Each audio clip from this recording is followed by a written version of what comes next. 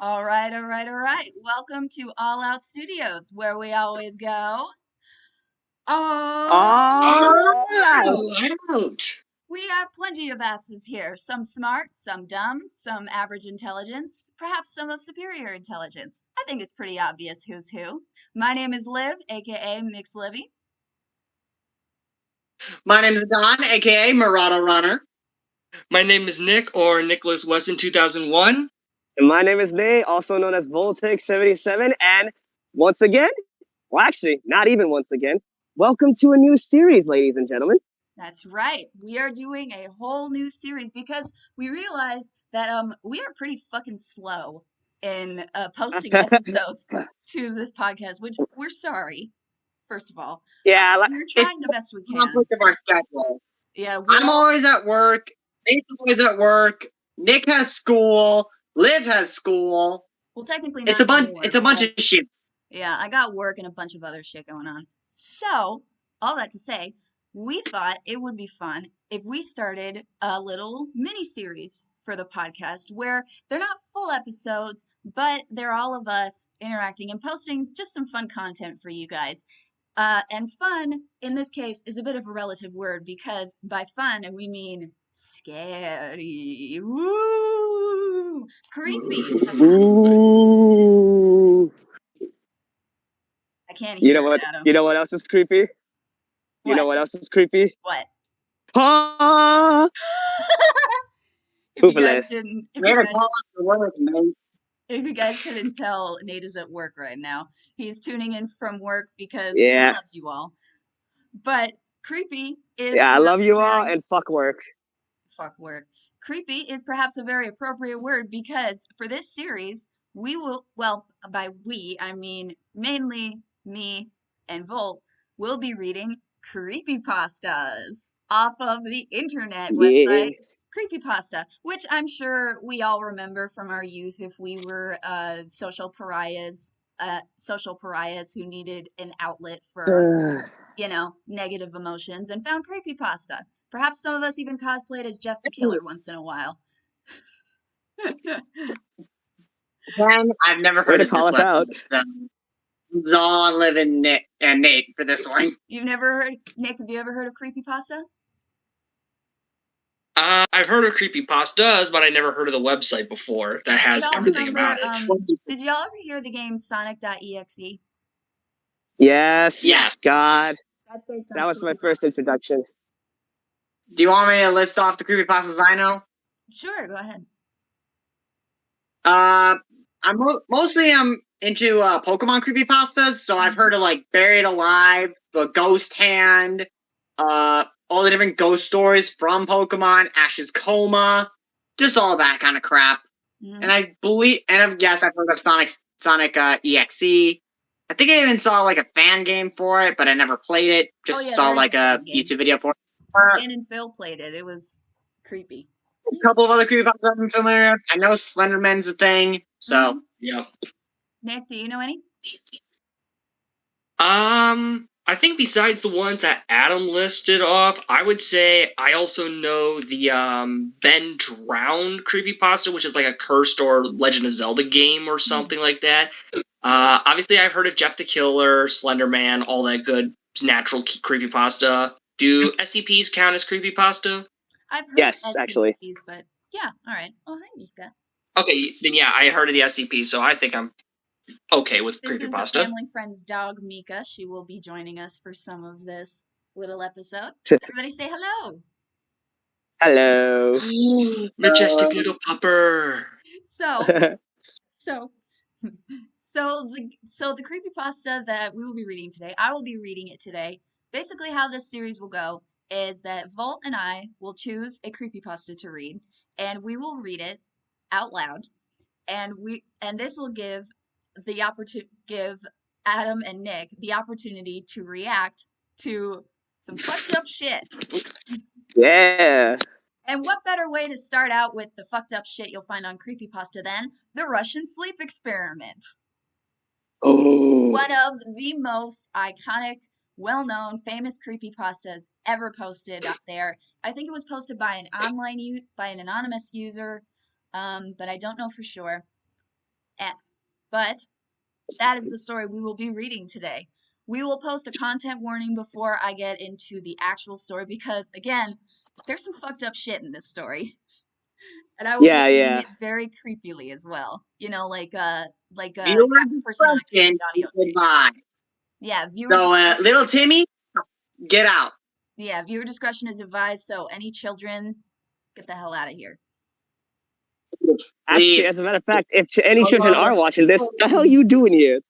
Much Okay, better. I better leave. Oh, bye, Nick. Nick, get back here. Okay. Okay, Ready? I'm here. Is everybody ready? Ready? Ready? Then let's get into Wait, I need a weapon. Weapons will not help you here, pal. Weapons will be no help. I'm gonna need a bigger weapon. No weapons will save you from the. Oh my God, he's Harley Quinn. Alright, you know what? Let's get into it. Russian researchers in the late 1940s kept 5 people awake for 15 days using an experimental gas-based stimulant. They were kept in a sealed environment to carefully monitor their oxygen intake so the gas didn't kill them, since it was toxic in high concentrations. This was before closed-circuit cameras, so they had only microphones and 5-inch thick glass porthole-sized windows into the chamber to monitor them. The chamber was stocked with books, cots to sleep on, but no bedding, running water and a toilet, and enough dried food to last all 5 for over a month. The test subjects were political prisoners deemed enemies of the state during World War II. Everything was fine for the first 5 days. The subjects hardly complained, having been promised, falsely, that they would be freed if they submitted to the test and did not sleep for 30 days. Their conversations and activities were monitored, and it was noted that they continued to talk about increasingly traumatic incidents in their past, and the general tone of their conversations took on a darker aspect after the 4-day mark. After 5 days, they started to complain about the circumstances and events that led them to where they were, and started to demonstrate severe paranoia. They stopped talking to each other and began alternately whispering into the microphones and one-way mirrored portholes. Oddly, they all seemed to think they could win the trust of the experimenters by turning over their comrades, the other subjects in captivity with them. At first, the researchers suspected this was an effect of the gas itself. After 9 days, the first of them started screaming. He ran the length of the chamber, repeatedly yelling at the top of his lungs for 3 hours straight. He continued to scream afterwards, but was only able to produce occasional squeaks. The researchers postulated that he had physically torn his vocal cords. The most surprising thing about this behavior is how the other captives reacted to it. Or rather, didn't react to it. They continued whispering to the microphones until the second of the captives started to scream. The 2 non-screaming captives took the books apart, smeared page after page with their own feces, and pasted them calmly over the glass portholes. The screaming promptly stopped. So did the whispering to the microphones. Adam, you look a bit disgusted. Well, when we were talking about creepypastas, I didn't expect to hear a lot about. Yeah. Yeah. After 3 more days passed, the researchers checked the microphones hourly to make sure they were working, since they thought it impossible that no sound could be coming from a room with 5 people inside. The oxygen consumption in the chamber indicated that all 5 must still be alive. In fact, it was the amount of oxygen 5 people would consume at a very heavy level of strenuous exercise. On the morning of the 14th day, the researchers did something they said they would not do to get a reaction from the captives. They used the intercom inside the chamber, hoping to provoke any response from the captives they were afraid were either dead or vegetables. They announced, "We are opening the chamber to test the microphones. Step away from the door and lie flat on the floor or you will be shot. Compliance will earn one of you your immediate freedom." To their surprise, they heard a single phrase and a calm voice respond, "We no longer want to be freed." Debate broke out among the researchers and the military forces funding the research. Unable to provoke any more response using the intercom, it was finally decided to open the chamber at midnight on the 15th day. The chamber was flushed of the stimulant gas and filled with fresh air, and immediately voices from the microphones began to object. 3 different voices began begging, as if pleading for the life of loved ones, to turn the gas back on. The chamber was opened, and soldiers were sent in to retrieve the test subjects. They began to scream louder than ever, and so did the soldiers when they saw what was inside. 4 of the 5 subjects were still alive, although no one could rightly call the state that any of them were in life. The food rations past day 5 had not been so much as touched. There were chunks of meat from the dead test subject's thighs and chest stuffed into the drain in the center of the chamber, blocking the drain and allowing 4 inches of water to accumulate on the floor. Precisely how much of the water on the floor was actually blood was never determined. All 4 surviving test subjects also had large portions of muscle and skin torn away from their bodies. The destruction of flesh and exposed bone on their fingertips indicated that the wounds were inflicted by hand, not with teeth as the researchers initially thought. Closer examination of the position and angles of the wounds indicated that most, if not all of them, were self-inflicted. Abdominal organs below the rib cage of all 4 test subjects had been removed, while the heart, lungs, and diaphragm remained in place. The skin and most of the muscles attached to the ribs had been ripped off, exposing the lungs through the rib cage. All the blood vessels and organs remained intact. They had just been taken out and laid on the floor, fanning out around the eviscerated but still living bodies of the subjects. The digestive tract of all 4 could be seen working, digesting food. It became apparent that what they were digesting was their own flesh that they had ripped off and eaten over the course of days. Well? Wow. Indeed. Oh. Well, that was heavy. Oh, it's not Yeah, over yet. man. It gets worse. Yeah, it gets worse, baby. Yeah, it gets worse. Keep watching. Yep. Oh boy. Most of the soldiers were Russian special operatives at the facility, but still many refused to enter into the chamber to remove the test subjects. The test subjects continued to scream to be left in the chamber and alternately begged and demanded that the gas be turned back on lest they fall asleep. To everyone's surprise, the test subjects put up a fierce fight in the process of being removed from the chamber. One of the Russian soldiers died from having his throat ripped out. Another was gravely injured by having his testicles ripped off and an artery in his leg severed by one of the subject's teeth. Another 5 of the soldiers lost their lives, if you count the ones that committed suicide in the weeks following the event.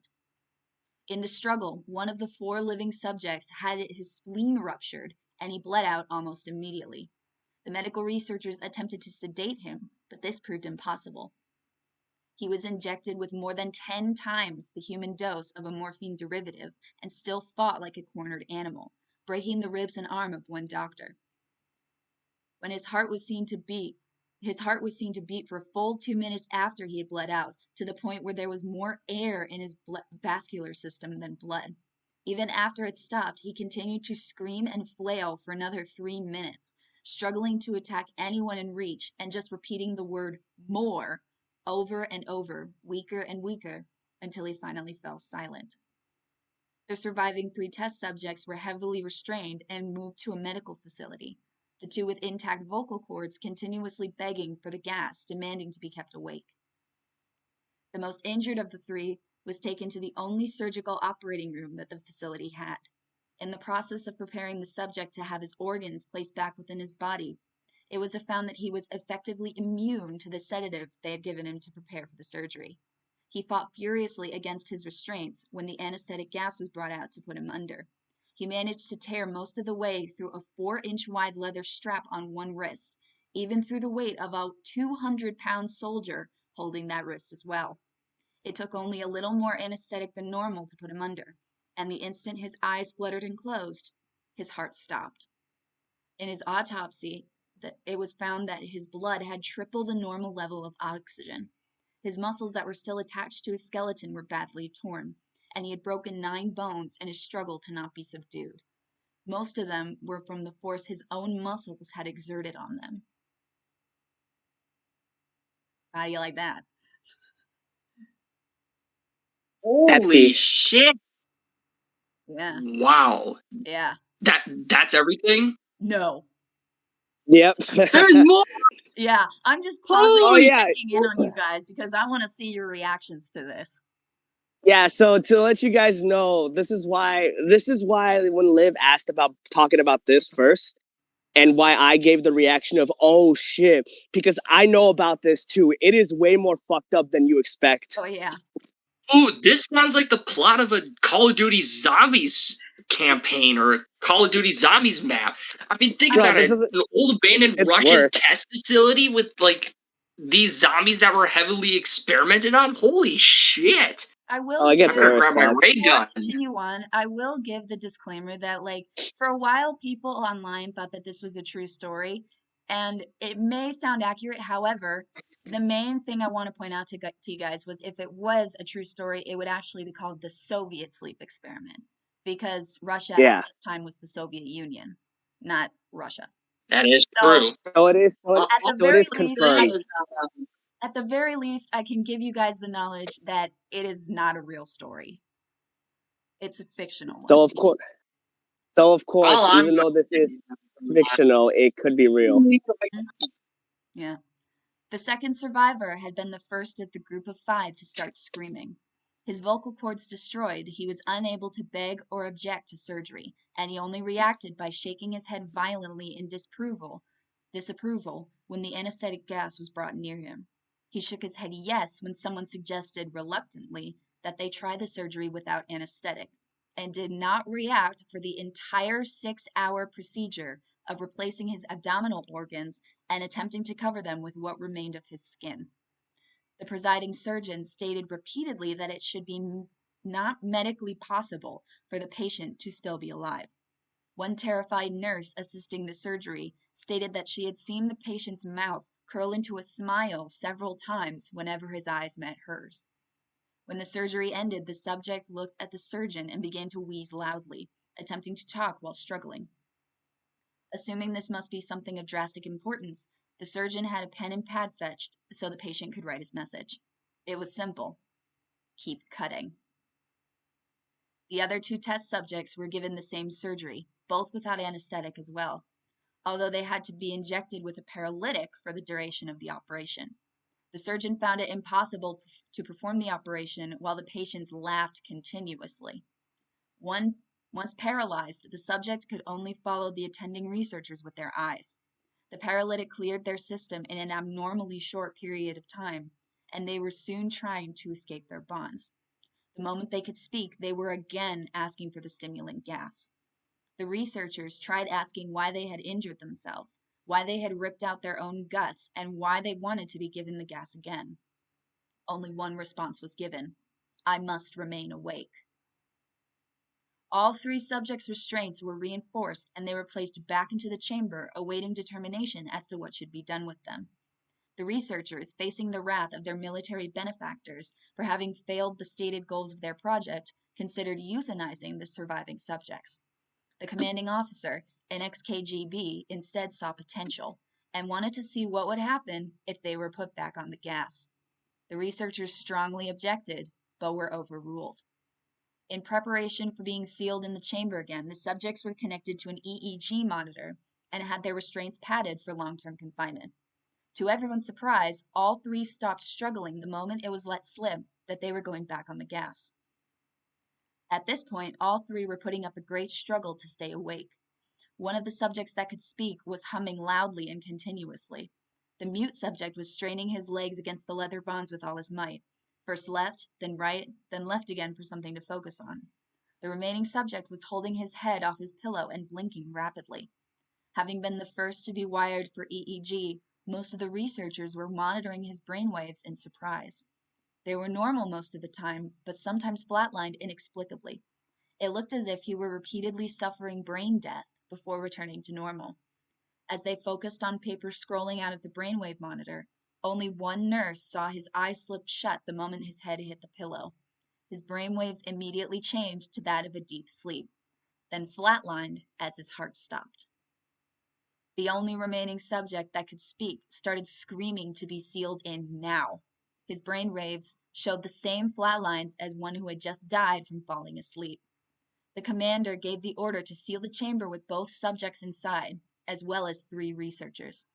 One of the named 3 immediately drew his gun and shot the commander point blank between the eyes. then turned the gun on the mute subject and blew his brains out as well. He pointed his gun at the remaining subject, still restrained to a bed, as the remaining members of the medical and research team fled the room. I won't be locked in here with these things! Not with you! He screamed at the man strapped to the table. What are you? He demanded. I must know! The subject smiled. Have you forgotten so easily? The subject asked. We are you. We are the madness that lurks within you all, begging to be free at every moment in your deepest animal mind. We are what you hide from in your beds every night. We are what you sedate into silence and paralysis when you go to the nocturnal haven where we cannot tread. The researcher paused, then aimed at the subject's heart and fired. The EEG flatlined as the subject weakly choked out, so nearly free. And that's the end. So what do we think? Whoa. Wow. So what do we think? I don't know what to think. Call of Duty, take notes. That is how you make a zombies campaign or a zombies map. Holy shit. Fucking hell. This is why we say, man. Yeah. I could easily see how people would think this was a real story because, I mean, like, World War II era human experimentation, there were instances of it. Like, Mendeleev, I think it was, who experimented on the twins. That whole that whole fucked up story. So I could... It is... Yeah, except for, you know, the last part, where it's like, we are the madness within you all. You know, they'd probably just be dead, realistically. Either that, or they probably just respond with, like, wheezing just to... Yeah. If anyone truly stayed awake for that long, I honestly believe that would probably not happen. Yeah, no. I've heard after you sleep, if you don't sleep for 72 hours, you start to hallucinate shit. Like, you know the incorrect quote where it's like, how long do you not sleep before you start hallucinating? Well, I know, 72 hours. What? There's a clown behind you. You know that one? Where, like, the person that immediately answered with 72 hours looks past him and goes, there's a clown behind you. Terrifying. Yeah. But yeah. Oh, man. Okay, but overall, my thoughts on that story, it was pretty eerie, pretty creepy. Mm-hmm. I wouldn't say I'm scared. I'd say I'm a little disturbed, but I'm fine. I don't want to say I've encountered worse, but just with everything I interject from like anime or whatever, like I know dark. Yeah. That was dark, but it's not like something I'll stay up at night because of it. Well, okay. I will say this, Adon, you are correct. It won't keep you up at night. However, imagine reading that story and seeing the visual proof of the whole thing. Bro, we gotta show the visual proof at the end of this video. No, I don't need to see that. Thank you. No, you don't. But you don't need to see it. I don't want to see it. I don't want to hear about it. Nope. No. Okay, here's the thing, viewers. No. Viewers, we will say this. We will show the image at the end of the video. However, we will put a timestamp when they will pop up and when they will disappear, just so that way you do not, have to look at it for too long, or so you can just skip it immediately if you don't want to see that. And if you really want to know, it's just a bunch of dudes just standing against a wall in gas masks or something, I think. Is that it? Well, there was one I saw where it was like a quote-unquote actual video of a dude like legit looking like he's decaying, looking insane as he's just frantically moving around. Oh, yeah, like that, I saw that shit. Like the white bald head and like the fangs. Yes. Smile. Yeah, I've seen that one. Yeah, that shit's terrifying. Very disturbed at But yeah, that's creepypasta for you, baby. Nick, what are your thoughts? I think that was an awesome creepypasta. I wasn't really creeped out, but I was more fascinated, if you can believe that, because I'm not really a big huge fan of like horror stuff, but that is that was pretty good. I'm not gonna lie. And like I keep saying, that could easily be like the setting for like a Call of Duty Zombies map or something. Mhm. I am just that is just amazing. The times, the setting it takes place, the area, it chef's kiss. Yeah. I love that we did this too, because we have two blind reactions and each had a different reaction, with Adon looking concerned, like him doing this stuff, and then meanwhile there's Nick. Being like, oh, this is fast. Yeah. Fucking fast. This is awesome. Yeah. Uh, Right. Well, that is the first episode of this little mini series we have planned. We are going to do more in the future. I'm gonna keep y'all to this. I am, if I can do one thing in this life in the next new year, it is going to be that I'm gonna keep us all on schedule for this. oh yeah, we are gonna I try. Our, do. And hopefully next time I'll actually be at my computer instead of like on my phone, because I'm pretty sure my mic quality in this video is absolute dog shit, and I apologize for that. It's all right. and hopefully around the new year, I get a new laptop as well, and maybe a new mic, because yeah, my laptop is still fucked. Yeah. All right. Well, this has Oh been man. yeah, this has been the first episode of our new little mini series. It's been fun. I hope to do more soon. We will see you all next time. My name is Liv, aka Mix Livy. My name's Don, aka Marauder Runner. My name is Nick, or Nicholas Weston 2001. My name is Nate, also known as Voltage77, and we bid you all adieu. Bye bye. God bless. Keep on living, amigos.